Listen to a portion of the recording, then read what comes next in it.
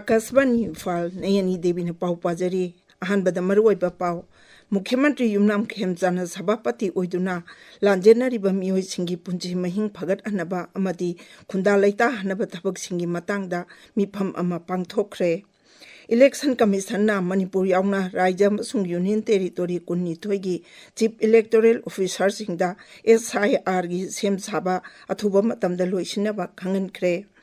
Grihamantri Amit Shah na ngasi Assam gi Kazhar Jilada Vibrant Village Program 2 Hogdok Lagani amasung India AI Impact Summit ki ngasi mangani janban numita Leaders Declaration puthokani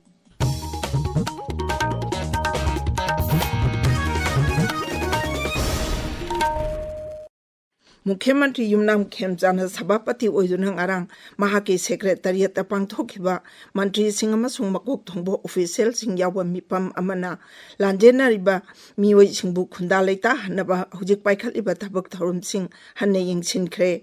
Mipam Aduna Kundalaita Hanaba Tabak Sing Hena Kongjel Yangna Paikat Aba Amasung Siksa Analayang Amadi Lambi Tungi Pibam Pagat Anduna Awabanang Laba Kanglup Anigi Miyangi Punchi Tungkoina Tangdu Laitana Lehana Bawa Funkaya Kanaki Raja Asita Tangdu Laitaba Pibam Hanjin Hanaba Hena Mapangal Kanba Manipura Mo Henaba Amasung Miyangi Aningba Apamba Sing Tungan Bangamba Saka Moina Tabak Taunabagi Wapam Singsu Mipam Aduda Kanaki National Highway Kuntra Taret Imphal Jiribam Lambida Pochai Pubagari Jama Kuntra Imphal Gidamang Asi Ayuk Jiribam Tadokre Aikoigi Jiribam Pauming Athembi Sajitna Hai Gari Sing Adugi Manungda LPG Pubagari Tara Humdoi Petrol Pubagari Kuntra Mathoi Diesel Pubagari Yankai Mapan Cement Pubagari Tara Marina Singba Yauri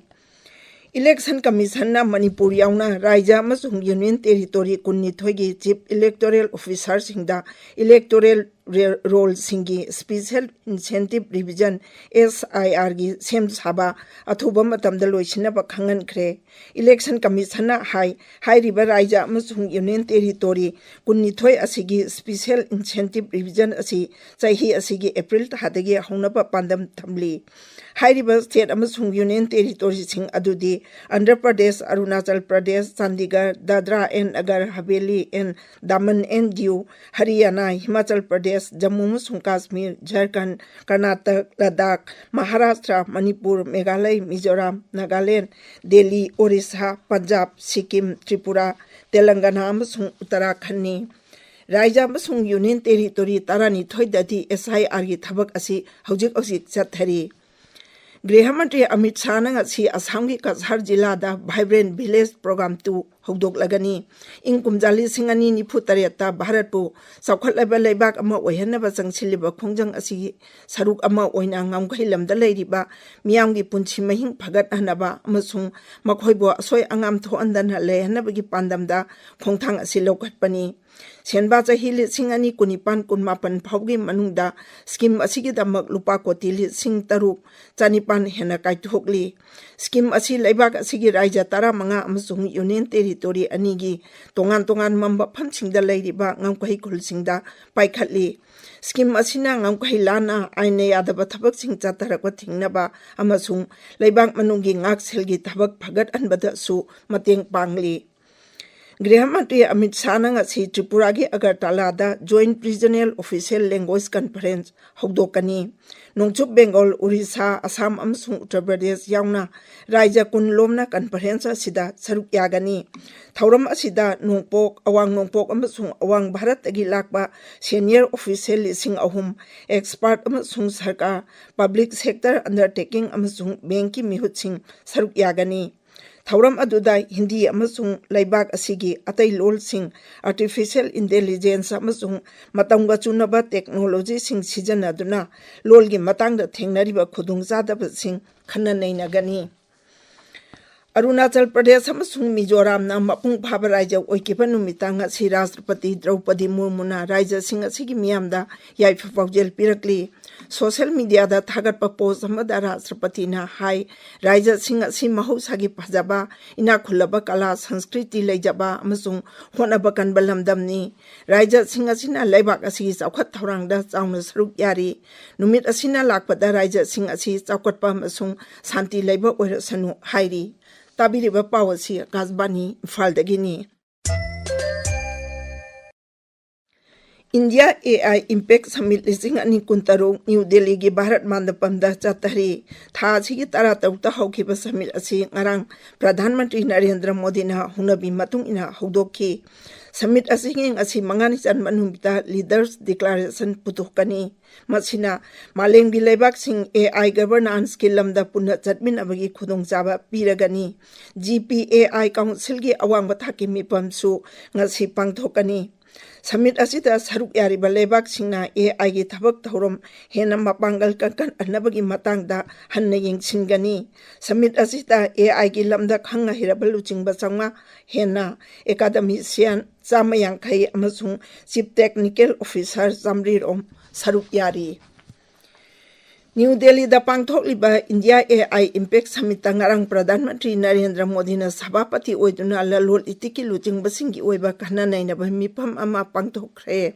मिफम लोयरबा तुंगदा प्रधानमंत्री ना high तोंगान तोंगान Baleba कयादगी लाखिबा ललोल इतिका मरी लेनबा chief executive officer कया मरुम यावखिबा मिफम अदुना AI technology अमसुंग innovation की मतंगदा वाफम कया खनखी AI की थौदांग मालेंगी ओइना चुंगसिनबगी फिबम हेंगत अनबा अमसुंग सावखत थौरांगी थबकसिंगदा AI बु हेना सिजननबगी वाफम कया मरुमसु मिफम अदुदा खनखी मालेंगी social justice day ngasi pak sana pangthoknari United Nations ना मियोइबगी हक social protection अमसुंग अचुंबगी मगुन सिंगांगनबगी Damak English सिंगनी तरेता नुमित असिगी ngasi numit asibu palan taunaba laukthokibani social justice amasung empowerment mantraloina national law university punna khujamna duna bharatchu numit asigi palan thauram pangthokli mapan suba indian ocean naval symposium conclave of chiefs ngasi Visakhapatnam da pangthok lagani thauram aduda tongan tongan ba lebak singi naval chief sing saruk yagani conclave asida indian ocean region da thengnariba khudong jada ba sing amasung ak silgi matangda khanagani thauram asi international fleet review amasung milan lising ani kuntaruka punna pangthok bani conclave asida bharat ki chief of naval staff na indian ocean naval symposium gi chairmanship की फमसु पायरगनी महांगना फम असी लिसिंगनी कुंतरुक तगी कुन्निपन फबा पुगनी फम असी हानादी royal Thai navy की chief ना पायरमबनी Indian ocean naval symposium असी English सिंगनी निपांदा new Delhi दा हौदोखिबा मतुंग लेबाक असिना फम असी पाइबा अनि सुबा लेबाकनी महाराष्ट्र की गार्ची रोली जिला दलेबा माउसिंगी निंगचिंग कुबम निफुमरी ngarang security force na थुगाइदुना मांगनख्रे मुख्यमंत्री देवेंद्र फडणवीस ना गार्ची रोली पुलिस ना चतकिबा माइपाकपा थवोंग असिगिदमा थागतपा फोंदोकली थवोंग असि चुमनगी फिजिकल स्ट्रक्चर सिंग मांगहनबा खक नतना डेमोक्रेसी की माइपाकपा मसुंग मियांगी पुंगिंगदा चही कयादगी लेरकलबा अकीबबु मांगहनबगी थवोंगनी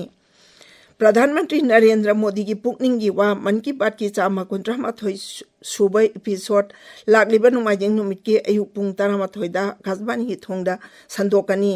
थौरम असी AIR news DD news PMO अमसुंग इंफॉर्मेशन एंड ब्रॉडकास्टिंग मंत्रालय की यूट्यूब चैनल सिंगदसु लाइव स्ट्रीमिंग तौदुना संदोकनी थौरम असी LRS चुराचानपुरदसु संदोकनी मसिगी मणिपुरी वाहनथोक प्रधानमंत्री ना वा ngang हेक लोइबगा आकाशवाणी इम्फालना संदोकनी मसी नुमित असिमकी नुमिदांग पुंग निपानदसु अमुक अना संदोकनी डायलेक्ट लोन सिंगदना निंगथौका नुमिता संदोकनी अरोइबदा मरुइबा पाव मोहन्ना मुख्यमंत्री युमनाम की हंजाना सभापति ओइदुना लांजेनरिबा मियोइ सिंगी पुंजी महिंग भगत अनबा अमदी खुंदा लैता हनबा थबक सिंगी मतंगदा मिफम मा पांगथोखरे इलेक्शन कमीशन मणिपुर यावना राज्य अमसुंग यूनियन टेरिटोरी कुनिथोई की चीफ इलेक्टोरल ऑफिसर सिंगदा SIR की सेम साबा अथुबा मतमदा लोइसिनबा खंगनख्रे गृह मंत्री अमित शाह ngasi असम की कछार जिला दा वाइब्रेंट विलेज प्रोग्राम 2 हौदोकलगनी अमसुंग इंडिया AI इम्पैक्ट समिट की ngasi मंगानी चनबा नुमिता लीडर्स डिक्लेरेशन पुथोकनी पाउलोजरे।